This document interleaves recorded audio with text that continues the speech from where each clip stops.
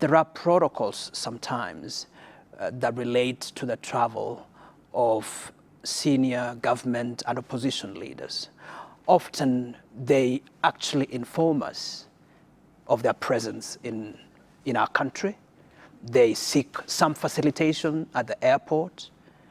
And on that basis, we are able to even give them security. Now, the circumstances surrounding Kizza Besigye's travel to Kenya are not known to us because no information was shared with us before he traveled. We did not know which hotel he was booked to. We did not know which apartment he stayed. And therefore, this is not the act of the Kenyan government. It's not the act of our security officials. When I spoke to my colleagues at Interior, they have informed me that they have launched investigation into the circumstances that, that surround this so-called abduction.